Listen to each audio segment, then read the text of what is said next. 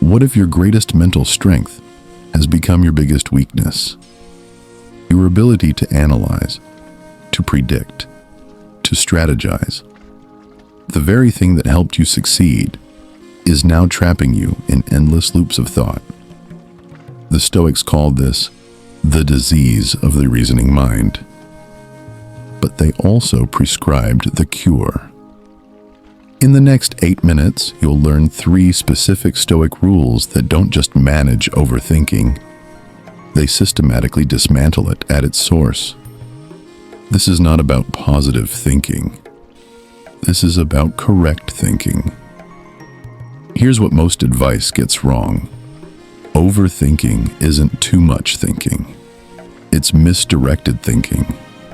It's your brilliant mind solving problems that don't exist, analyzing decisions already made, and rehearsing conversations that will never happen.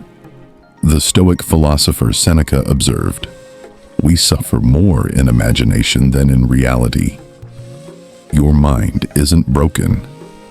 It's just operating without its proper boundaries.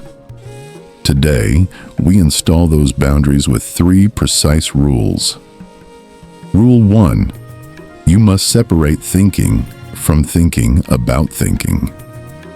The Stoic practice is to create a designated worry hour, a specific 20-minute container in your day where all rumination is allowed. Outside this container, when an obsessive thought arises, you don't engage it. You note, this is a container thought. I'll address it at 5 p.m. This sounds simple, but it's neurologically profound. You're training your brain that not every thought deserves immediate attention. You're moving from being hostage to your thoughts to being curator of them. Rule 2. The Stoics were philosophers of action. Their rule: if thinking doesn't lead to actionable insight within a defined period, it's not thinking, it's mental noise. Here's your threshold. For any decision or worry, ask, what is the next physical action I can take? If the answer is think more, you've hit a dead end. The action might be small. Send the email, make the call, research one specific point. Overthinking thrives in abstraction. Action demands specificity. Marcus Aurelius wrote in his private journal, "Don't let the future disturb you. You will meet it with the same weapons of reason and action that today equip you against the present." Your weapon against overthinking is always action. Rule 3. Amor fati applied to thoughts. Most overthinking is resistance to reality. I shouldn't have said that. What if this goes wrong? The Stoic filter is brutal clarity. Is this thought about something within my control? If yes, apply Rule 2. Take action. If no, apply this mantra. This is how things are. The mistake is already made. The uncertainty is already here.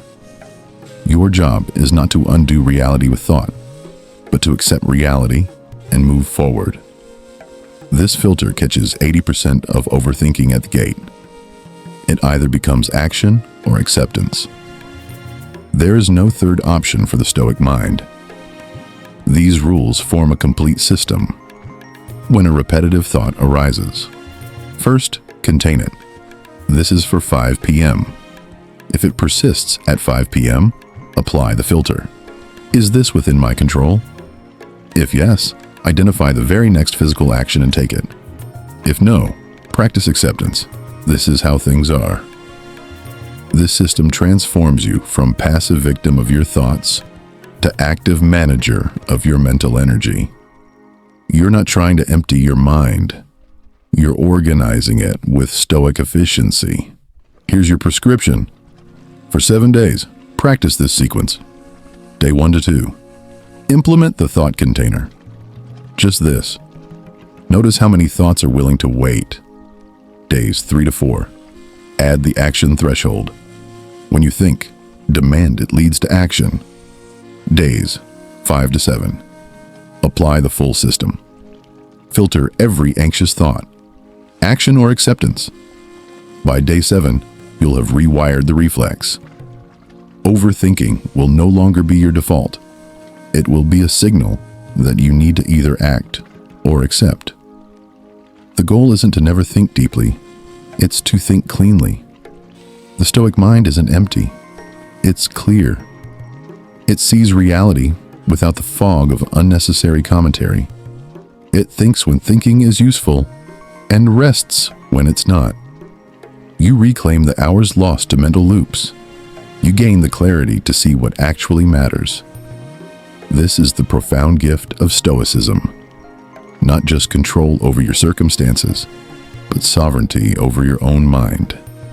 Your first thought to manage is about this video. Will you apply it or overthink it? Choose action. Comment clarity for the worksheet. Subscribe for more mind management tools. And remember what Epictetus said.